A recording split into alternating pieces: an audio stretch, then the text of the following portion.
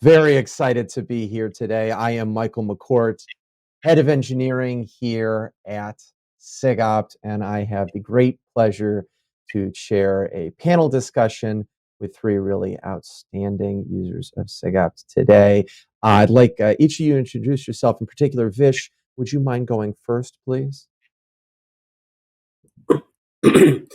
Yeah, thank you, Michael. My name is Vishwanath Hegadekatte. I'm the global R&D manager for artificial intelligence and advanced modeling. I work out of the R&D center, Novelis' R&D center in Kennesaw, Georgia. Novelis is the world's largest producer of flat rolled aluminum sheets. So we supply aluminum sheets to the beverage can industry, to the automotive industry, and now to aerospace. And also we supply to the specialty product stream as well, which is everything else other than can, auto, or aerospace. So we are a $12 billion company. I've been working with Novelis for 13 years now. So that's my introduction. Excellent. Thank you. Thank you very much, Vish. Marat, maybe we can go to you next. Yes. Thanks, Michael. My name is Marat. I'm an assistant professor of material science and applied math at the University of Arizona in Tucson, Arizona. And I just started here working on computational material science and materials informatics. And I used to work with Vishwanath at Novelis before. Excellent, excellent, great to hear it. What department did you say you're in again at University of Arizona? Material science and engineering. Material science and engineering. Excellent, thank you. Paul, would you mind introducing yourself, please? Hi, everyone. I am Dr. Paul Liu from the University of Pittsburgh. I am associate professor and the BP America Fellow. I've been here at University of Pittsburgh since 2010, and I lead the Laboratory for Advanced Materials at Pittsburgh, or LAMP for short. I also co-direct National Science Foundation Center with Case Western Reserve University. That center is called the Center for Materials Data Science, Reliability, and Degradation. Excellent, excellent. So, as everyone could see, a star-studded panel, really great to have you all on board. And what I'd like to do in this discussion is chat about how SigOpt can be used in this design space, thinking about, in this case, some of these materials problems for everyone here, but then also just more broadly, the non-ML side of things. Obviously, we're hearing a lot of people talk about ML, but SigOpt can be used in a lot of other settings. So in particular, Vish, I know we just heard your talk where you were explaining how you're using SigOpt to design some of the materials, in particular materials that then you run these finite element simulations on. Maybe you can explain a little bit about how SigOpt plays a role in this process. Yeah, sure. Actually, I mean, when Marat was part of my group, he was the one who introduced us to SigOpt in the first place. So you essentially have two people on the panel today. So me and Marat are pretty much the same. So the presentation that I made today was actually 80% of it was put in place by Marat before he left Novelis. So coming back to your question, as Marat can vouch for this, what we did was when we started using SigOpt, the idea was to use Bayesian optimization in place of the regular Six Sigma methodologies where you use this factorial design for your design of experiment. Now, the for a company like Novelis, a traditional metals company, we spend a lot of time in the lab doing a lot of experiments. These are time consuming and these are expensive experiments. And for us, the biggest impact of using a cleverer design of experiment methodology i.e. Bayesian optimization, would be a reduction in the number of experiments that we would do in our lab. On the computational side of things, it's pretty much easy to convince people in my team to use Bayesian optimization. It's not very difficult to do that. So the work is still in progress, where we are trying to convince our experimentalists to use these techniques, and they've been increasingly been using it. So in the examples that I showed today in the talk, where some of it was actually done by Marat, where we used SigOpt to give us the next best suggestion for running a finite element simulation. So what it means is that the finite element simulation that we are running, it needs to be programmed in such a way that it is parameterized, fully parameterized, and all the parameters are available for SigOpt to basically change on the fly, and then it can run the next best simulation. So that way, what we were able to achieve was that we were able to achieve better designs for targeted performance. Makes sense. And with Bayesian optimization, there is one good thing that comes out for free, which is the underlying surrogate model. So now the surrogate model is trying to make, is trying to learn the lay of the land, for it to find the global minima. It does a pretty good job of finding the lay of the land, and that surrogate model could then be used to replace the number of experiments that we do now, be it computational experiments or be it physical experiments. The main difference between computational experiments and laboratory experiments is that in laboratory experiments we'll have to conduct experiments in batches. So oftentimes we have a campaign that we run in the lab, or if we are getting some time in one of our plants to run our plant trials, it is generally a time slot. So you run a lot of experiments within that time slot. Now, but in a computational scenario, we can actually do one experiment at a time, or one computational experiment at a time, and then give that result back to the Bayesian optimization. In that particular case, the Bayesian optimization can run a little more efficiently, or a little more accurately, if you will, then in this sequential setting. I'm wondering, Paul, can you comment at all? How closely does what Vish described match your own experiences working with SigOpt? Yeah, so our experience has been very similar. Instead of this Six Sigma design process, we basically were looking at it as a better form of optimization. So doing machine learning Bayesian optimization. And so we did some benchmarking in collaboration with Mike and Harvey over at SigOpt, and looked at comparing Bayesian optimization with genetic algorithms. I think our work, if you had a chance to look at the presentation, was focused on glass. So we focused on trying to improve the transparency of the glass, basically improve the anti-reflection properties. We looked at the transparency of the glass across different wavelengths. So, for a lot of optoelectronic applications, things like displays, windows, you want to maximize the transparency in the visible wavelengths. But we also looked at, for example, solar module glass, where you want to maximize transparency over all the solar wavelengths. So that include things like UV and near infrared wavelengths as well.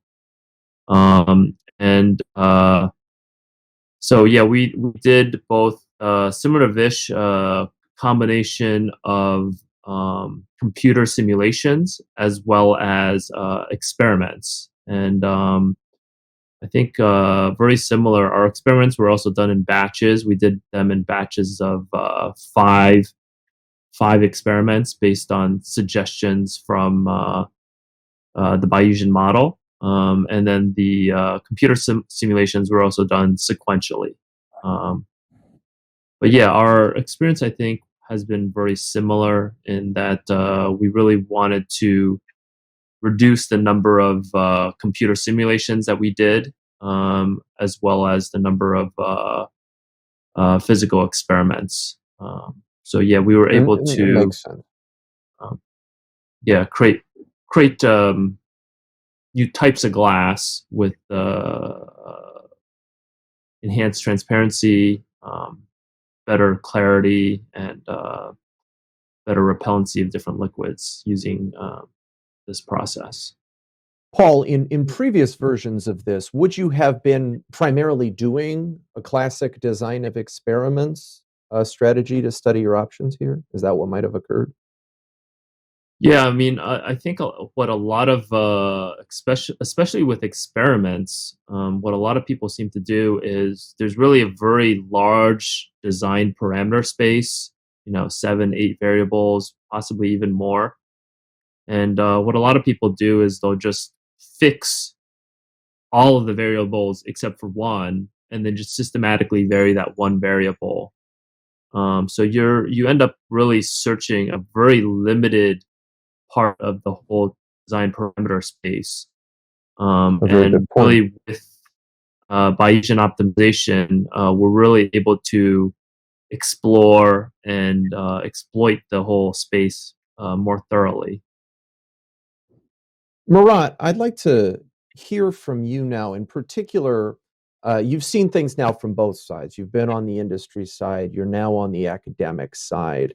So you're seeing how the field is evolving, maybe potentially, hopefully, evolving away from just demanding the classic full factorial design for everything to something potentially more sample efficient. I'd like to know what your thoughts are on this transition as you've seen it in industry, as you're seeing it now in academics, and what really needs to be done to help push people who are doing design more in this sample efficient direction. Right. Yeah, it's a very good point, and I think one of the key factors here is the cultural shift, which was also mentioned in one of the talks. So we already brought up these engineering statistics approaches like Six Sigma, that people get trained and they learn it during their engineering training, so they're familiar and more comfortable doing this.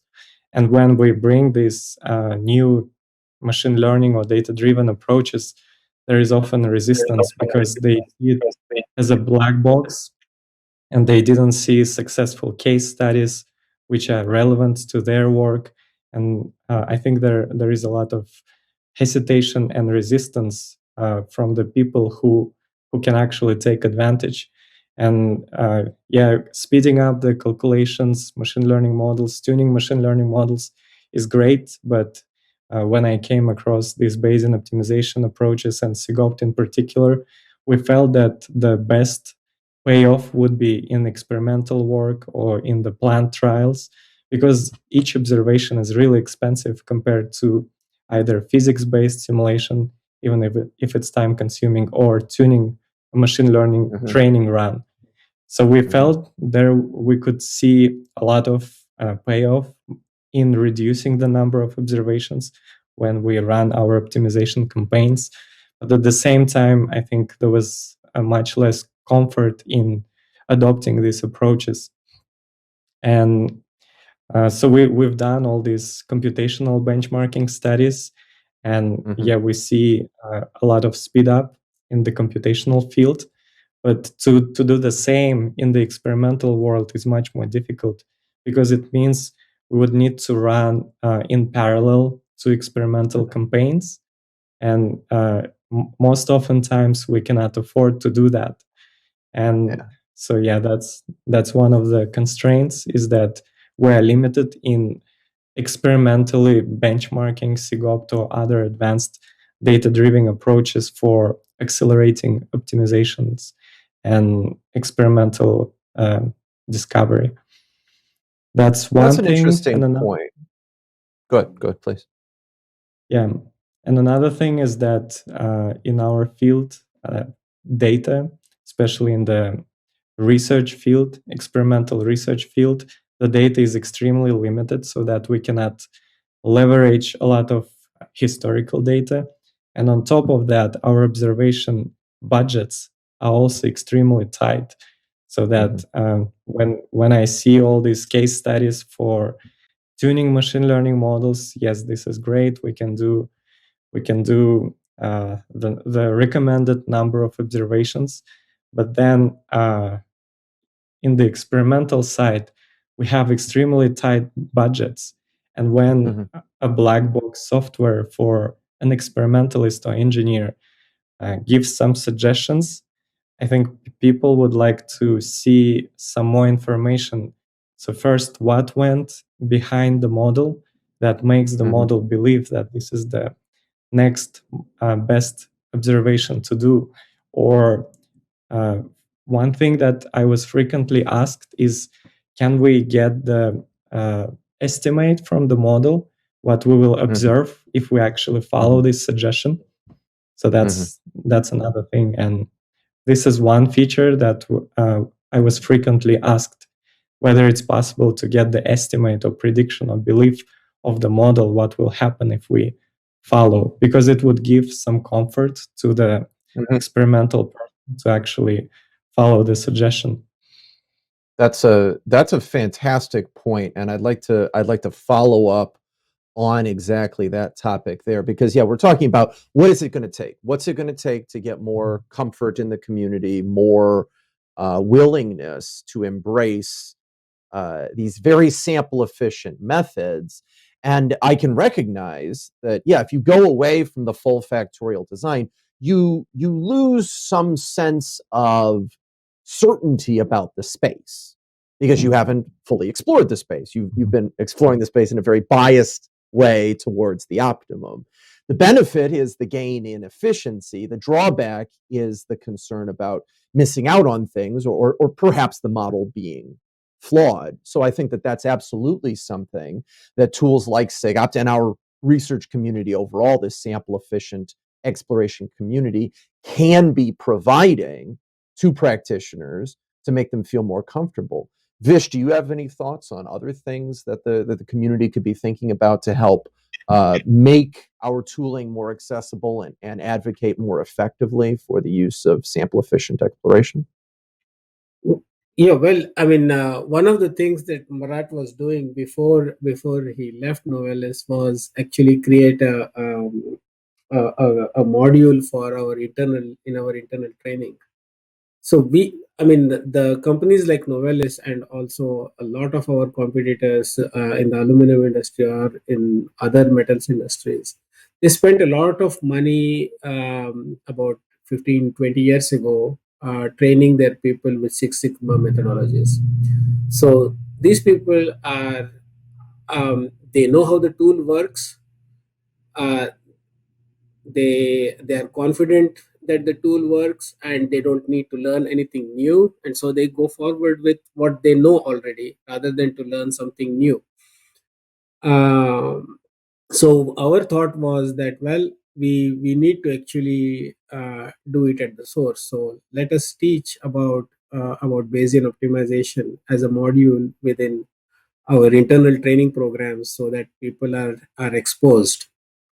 One thing, I mean, for a company like SigOpt, what you guys can do is probably have some kind of an equivalent to Six Sigma black belt, or whatever belt. Sort of a training protocol or a certification protocol? Sort of a training protocol that people get certified, so that actually counts in the company as an external training. So that helps the employee that they're getting trained with something new, that could help. I mean, we need a cultural shift. Actually, at the end of the day, we need a cultural shift. I mean, within Novelis, Marat knows it very well, that there was a lot of resistance in the beginning, especially among the experimentalists to use the tool.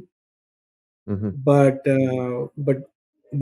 I'm what was surprising for me was that when Marat left, there were many people who were concerned, and they wrote emails to me asking about who is going to support us with this. And then we actually got people involved and told them that, well, you have all the support, don't worry about it. So if it is working, good to know. I can But it understand that. was a task. It was a task for us. It took about 6-7 months for us to get there. Let me ask Paul now. Do you have? I'm sorry, Marat. Did you have a follow up on that, please? Yeah, follow up on my previous comment as well. So in the absence of opportunity and resources to run different optimization strategies in parallel, I think one of the questions to the machine learning and Bayesian optimization community is, how can we quantify success if we cannot run these benchmark and well-positioned studies? And and I think another challenge that I didn't mention before concerning experimental work is that in modeling we have a nice set of parameters, and we can define them exactly, and then we can measure the response or metric very clearly and carefully. However, in the experiment, I mean, even setting up the optimization task is sometimes challenging because we have different metrics. Should we include them in the optimization? Should we run them one by one? Should it be metric threshold? Should it be metric constraint? And even parameters. Some parameters we know can affect the result, but they cannot be directly controlled. If you change one knob, the other parameter is indirectly swayed as well. So in industry and in academic experimental research, there are many challenges that you don't expect coming from machine learning modeling or physics-based modeling.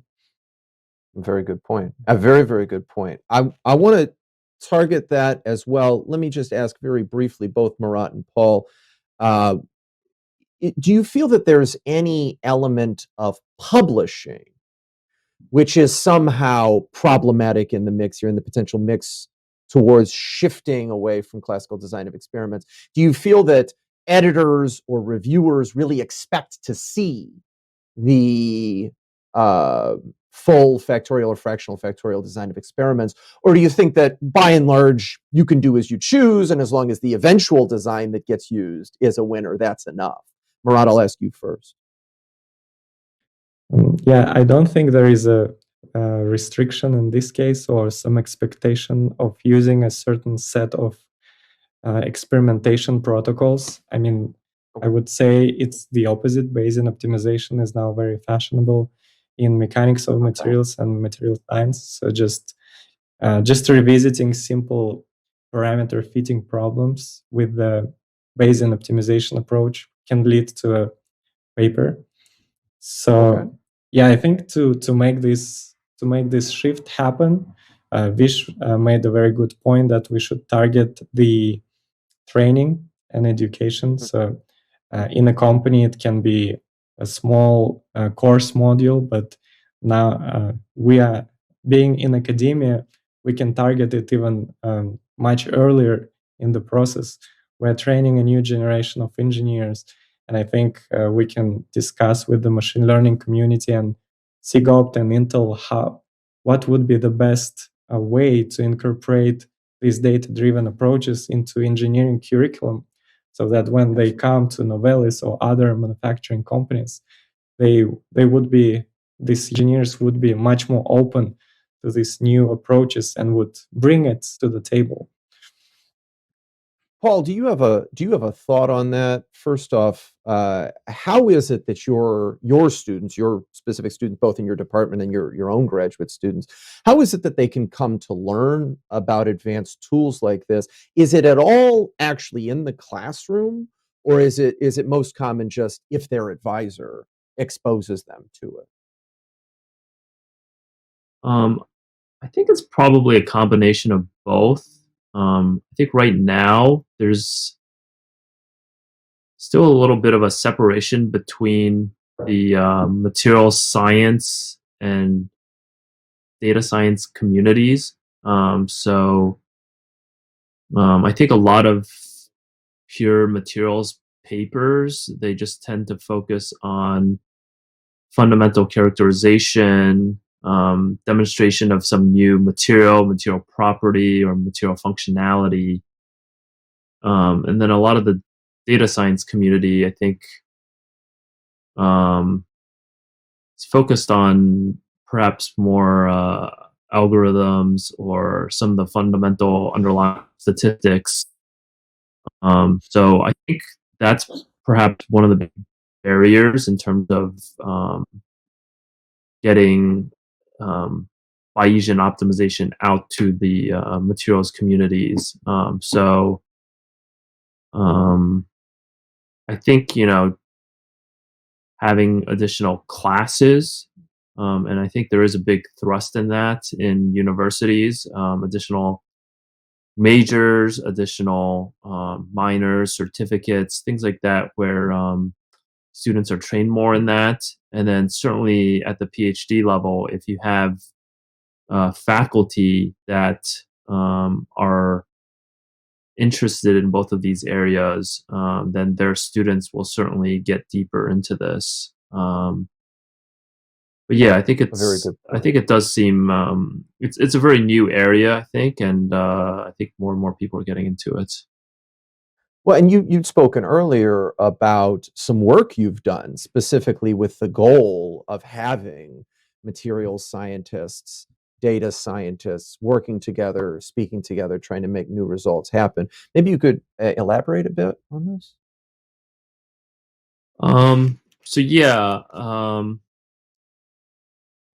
the work that we did with new types of glass. I was thinking in particular the work you've been doing with Case Western to build up this consortium, was it? Yeah. So we have a new National Science Foundation Center. It's an IUCRC, Industry University Cooperative Research Center. And the center, as I mentioned in the intro, is it's MDS Rely for short, Materials Data Science for Reliability and Degradation. So I think, as Marat mentioned, a lot of this experimental data is very sparse. It's very limited, and specifically with regard to reliability data, or how materials properties change over time, how different functionalities change over time. Where our center is focused on how these properties or functionalities change under various stressors. So the stressor could be exposure to ultraviolet light. It could be changes in temperature cycling, exposure to scratching, or some salt fog. So I think this is an important area, I think, especially with regard to bridging research and the applied development that happens in industry.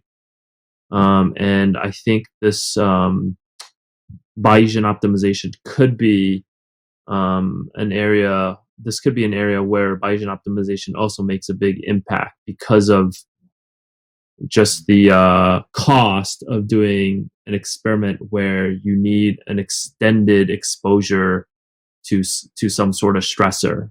Even under accelerated testing, the amount of data you can get is very little, and it takes a long time to run these experiments. It's a great point. It's a great point. And yes, so many of these situations have this need for sample efficiency. I'm glad to hear that the NSF has agreed to support this project. Obviously, I look forward to seeing some big stuff coming out of that in the future. I want to go back now to a point that Marat had talked about, which is this question of, hey, we have a bunch of metrics. Are we storing them all? Are we trying to optimize some of them? Do we only consider some of them important up to a certain point, and then it's like it's all good, which might be more of a constraint style situation? And I think that actually, in some ways, is kind of close to something that Paul talked about earlier, which was this question of, okay, we might have 100 parameters. Maybe I freeze all but one of them and study one of them at a time, or maybe I just turn on 4 or something like that. I think that at the end of the day, no matter how you're studying your problem, whether it's with the full factorial design or with optimization, these are decisions that need to be made. What is it that I'm going to measure? What is it that I'm going to record? And over what space will I be interested in considering the set of possible designs?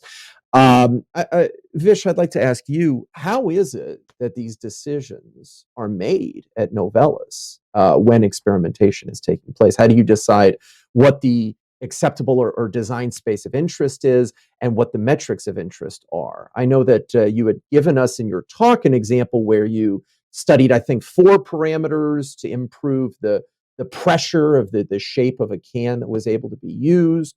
But I know that you said maybe there are hundreds. Even how did you make a decision like that? Yeah, I mean, most of it is based on our prior knowledge of the subject. So in the case of beverage cans, Novellus has a formidable capability in terms of modeling the forming operation and also modeling the performance of these cans. So that's not a surprise, and we have a full functional lab here in Kennesaw, Georgia, where we can actually test a beverage can. We can make a beverage can. We cannot make the beverage yet, but we can make a beverage can and test it out. So that's how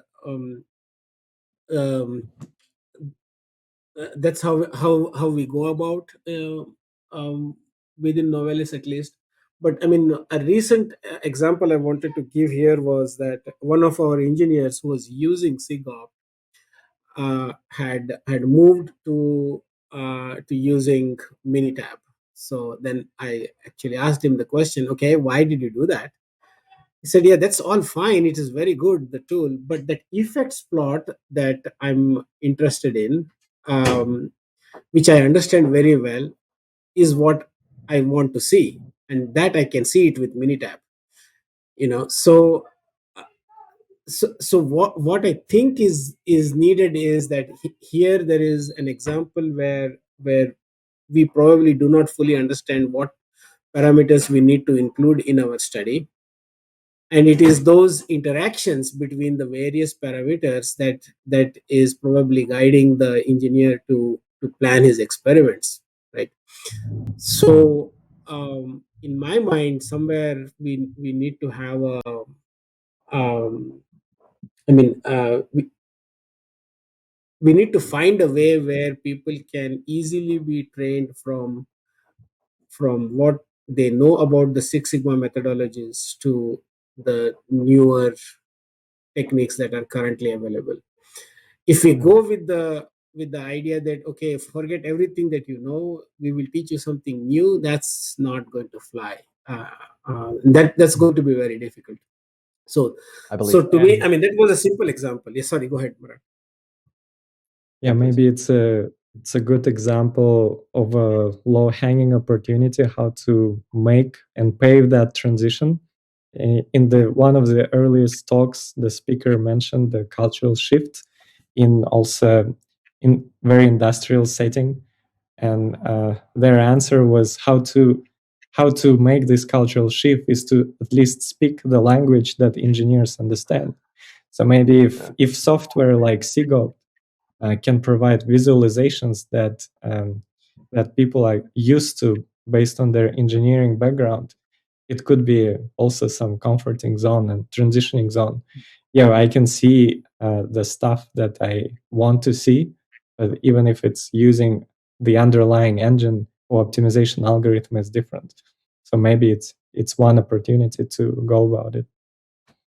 I like that. I think it's an opportunity. I think it's a good opportunity. Paul, do you have any thoughts then about how these decisions are made around what parameters you consider in your design process, and also what metrics you're optimizing for versus just watching versus constraining based on? How do you make those decisions? I think based on our experience, it's probably best to just record as much data as possible, even if you don't think you're going to use it. It's still better to record it because you might later come back to it. But I think, as Vish said, a lot of those decisions, I think, are based on your physical intuition, just your experience in working with the design problem or the material. But yeah, I think a lot of times your physical intuition can be wrong, and that's why it's best to keep the problem as open as you can, and allow the Bayesian optimization to guide the process. Yeah, I think even just a lot of people just simply just using their physical intuition, I think, can make come up with very new designs or new products and such. But it's still I think fairly limited. And I think by working together with Bayesian optimization, we've shown that we can come up with much better designs, much better properties and functionalities. Well, and I think speaking to that point and pushing it maybe even one step further, Vish, you spoke about the idea that optimization, it's getting me good values, but it's not getting me all the information that I want. Somehow I actually want other information than just the optimum. And I'll let you guys in on a secret. Many SigOpt customers have the same feelings. And it's born of, in some cases, this sample efficiency. The fact that if you're going to be sample efficient, you're going to get less data. You get less data, you learn less about what's going on. And it can also be born of the fact that as SigOpt is sampling, it's just sort of boop, boop, boop, boop, boop, boop, boop, boop, oh, there's the answer. And that can feel unsatisfying. And it could feel like you didn't learn as much as you would have during a full factorial. I wholeheartedly agree with that. I'm wondering, do you have any thoughts on what some sort of middle ground might look like, or what it might look like to want to do optimization to still try and be sample efficient? What other data can be provided, or how can the energy in SigOpt maybe be a little bit split up to also learn some stuff about things?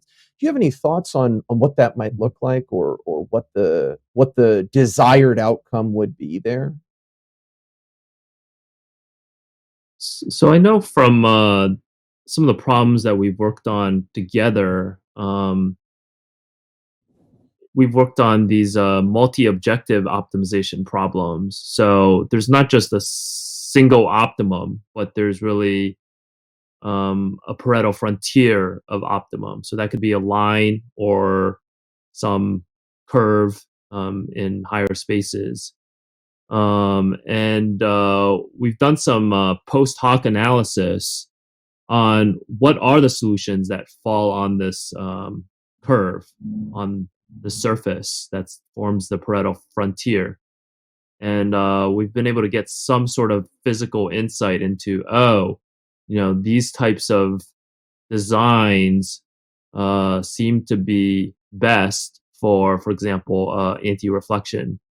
And even though it seemed like there was an angle of some of the structures that we were looking at that seemed to be favored in being on this Pareto frontier.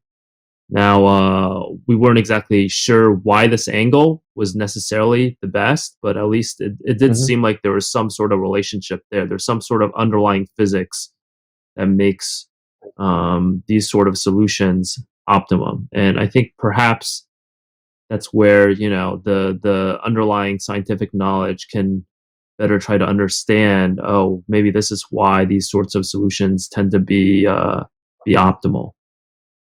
It's a good point. It's a very good point. Marat, do you have any thoughts on that? What sort of additional analysis could be done, or maybe in particular, instead of spending 100% of the energy just on optimization, could it be like a 70-30 split, optimization and something else? I'm wondering, do you have any thoughts? Yeah, I think in the context of extremely limited observation budgets, the people often ask, so we set up the optimization problem in SigOpt. SigOpt generated suggestion, and the subject matter expert can be first surprised about this suggestion, and second, following the surprise, there is always a question, why? So if SigOpt and other Bayesian approaches could provide any indication what drove SigOpt for this particular suggestion, would be very good. I think Scott in the Q&A session mentioned if we could provide the information on the particular acquisition function that drove this suggestion, could help. But also, yeah, I mean, in SigOpt, we don't know if this particular suggestion is driven by the exploration motivation or exploitation motivation, getting to a local peak. So if, I mean, as Bayesian optimization experts, you know better what indicators could be used to inform the experimenter better. I think it would be very, very helpful. So there's an emotional element there to some degree. There's this sense of you don't want to be wasting the few experiments that you're actually going to be doing. Right. Vish, would you agree with that?